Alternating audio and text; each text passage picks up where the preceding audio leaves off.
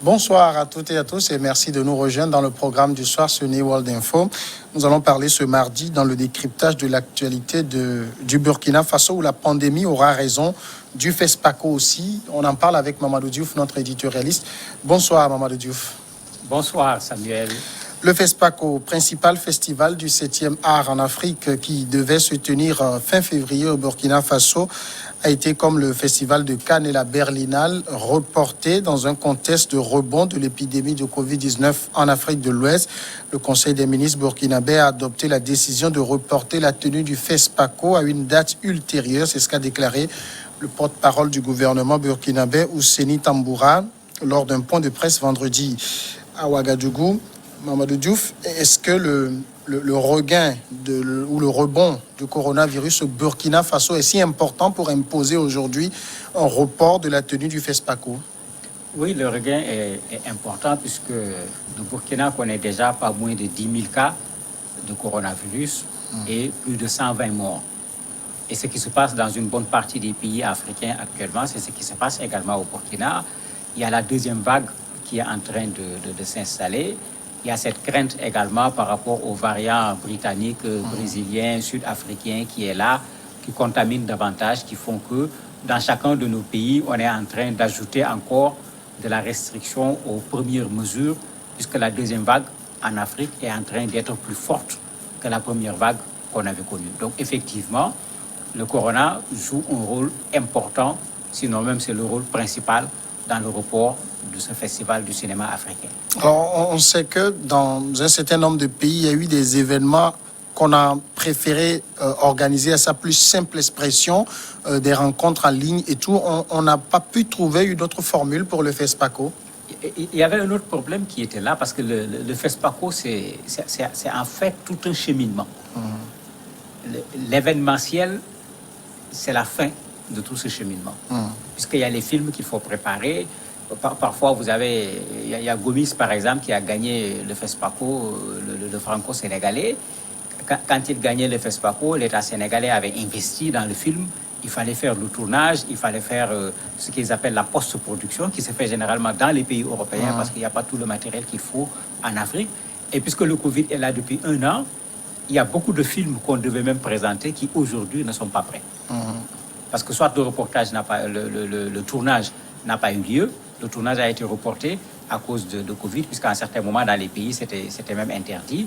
Soit la post-production n'a pas pu avoir lieu, les frontières sont fermées par moment, c'est le confinement par moment. Donc, ce n'est pas seulement le fait que le Covid est là au Burkina, mais le Covid a également empêché la production d'un certain nombre de films qu'on attendait par rapport au FESPACO.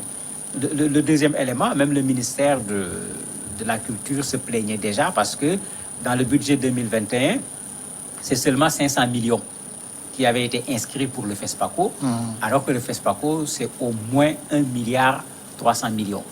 Il y avait déjà un gap de 800 millions qu'il fallait aller rechercher.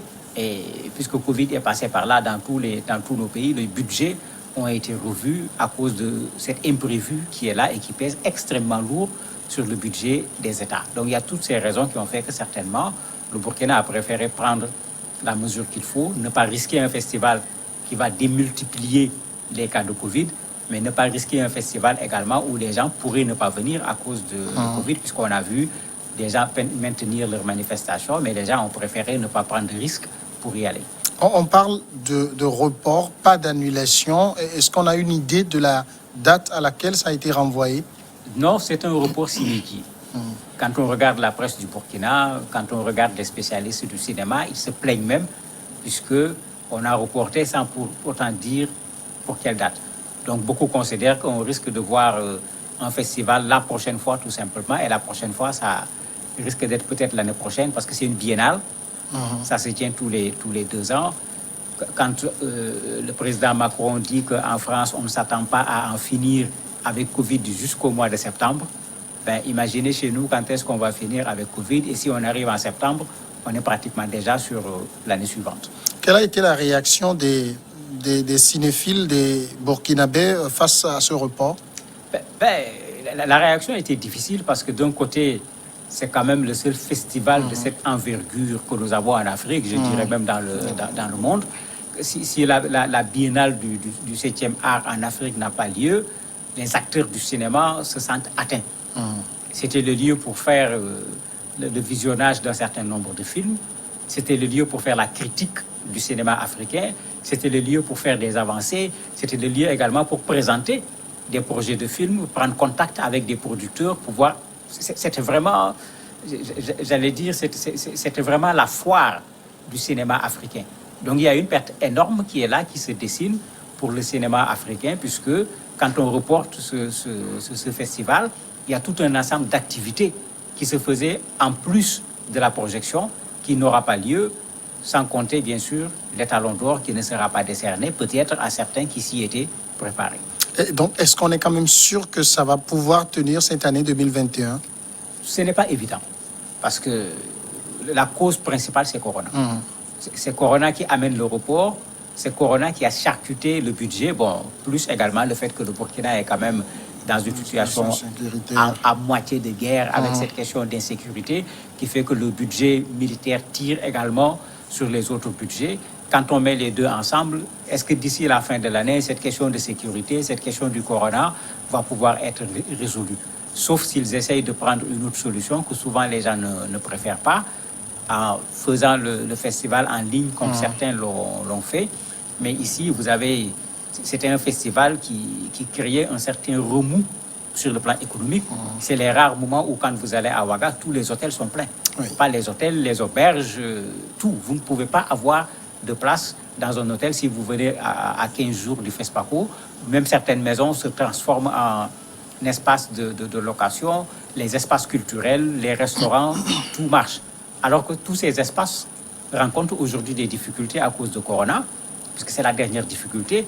Mais avant Corona, depuis que les attentats ont commencé contre les restaurants, contre les hôtels au niveau du Burkina, le tourisme a reçu un véritable coup, de sorte que même l'association des professionnels du tourisme sonne un cri d'alarme. Il dit clairement que le secteur va très mal. Si on reporte le festival, il faut que l'État tourne un regard vers eux, sinon l'hôtellerie risque en particulier de s'écrouler. Alors c'est vrai que, comme vous le dites, le Burkina met 3 milliards de francs CFA pour préparer le FESPACO, mais naturellement le Burkina tire beaucoup de profit. Ce report est un manque à gagner pour le pays. Oui, c'est un manque à gagner important. Pas seulement pour l'État, puisque quand on regarde l'hôtellerie, comme j'ai dit, tout est plein, les salles de spectacle. Le Burkina est un des rares pays aujourd'hui en Afrique qui a encore des salles de cinéma. Et l'existence de ces salles de cinéma est en partie liée au FESPACO. Si vous allez à Dakar, par exemple, une bonne partie des salles de cinéma ont été transformées soit en temple pour la prière, soit en un espace commercial. Mais au Burkina, les salles de ciné sont restées, et souvent à l'approche du FESPACO même, les gens refont les salles pour que les choses se fassent à la mesure qu'il faut. Donc vous avez ça, un aspect économique qui s'en va carrément. Tous ces touristes qui viennent au Burkina, l'artisanat en profite. Les artisans savent qu'il y a plein de touristes qui vont arriver. Les gens font des œuvres qui sont vendues pendant ces périodes. Alors que ces artisans sont déjà impactés parce qu'ils vendaient surtout au niveau du CIAO, le Salon international de l'artisanat de Ouagadougou. Ce salon a été reporté. Il y avait un autre événement où ils vendaient, c'était la semaine culturelle, la semaine nationale de la culture. Cet événement a également été reporté.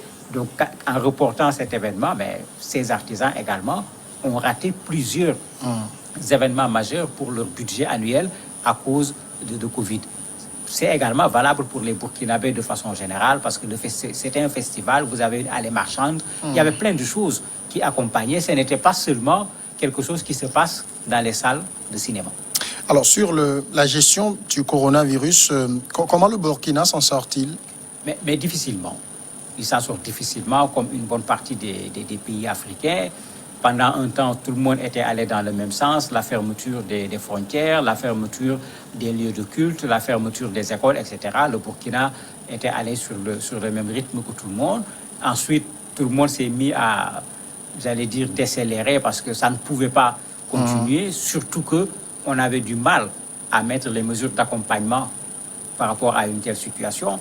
Je me rappelle quand ils ont fermé les marchés, à un certain moment, les bonnes dames sont sorties pour manifester, pour réclamer en bonne et due forme la réouverture des marchés parce qu'elles ne trouvaient plus de quoi leur permettre de mettre la marmite sur le feu. L'État a été obligé de reculer.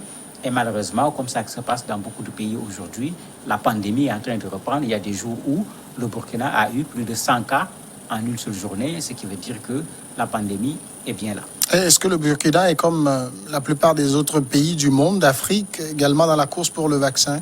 Oui, ils sont dans COVAX, puisque de façon générale, les pays africains sont surtout dans COVAX pour pouvoir accéder à ces vaccins. Parce que, quoi qu'on dise aujourd'hui, même quand on a de l'argent, accéder aux vaccins n'est pas évident. On voit bien toute la guerre que mène l'Union européenne aujourd'hui par rapport à ces sociétés qui produisent les vaccins. On a vu le coup de gueule du président sud-africain lors du sommet du G7 pour dire aux gens, mais attendez, vous ne pouvez pas prendre les vaccins et puis laisser les autres comme si vous étiez les seuls à en avoir besoin. Donc le Burkina est dans COVAX puisque c'est ça que nos États vont le plus pouvoir soutenir. Si nos États essaient d'aller sur le marché des vaccins aujourd'hui, le peu qu'on va commander par rapport à la masse que les autres vont commander, nous payerons d'abord plus cher et surtout nous serons servis les derniers. Et peut-être avec l'OMS et cette initiative COVAX, on pourra ne serait-ce que pas être les derniers, mais pouvoir vacciner un peu plus tôt que si on s'y était pris tout seul. Mamadou Diouf, merci d'avoir répondu à nos questions. C'est moi qui vous remercie. Tout de suite, la pause et juste après, c'est Regards croisés.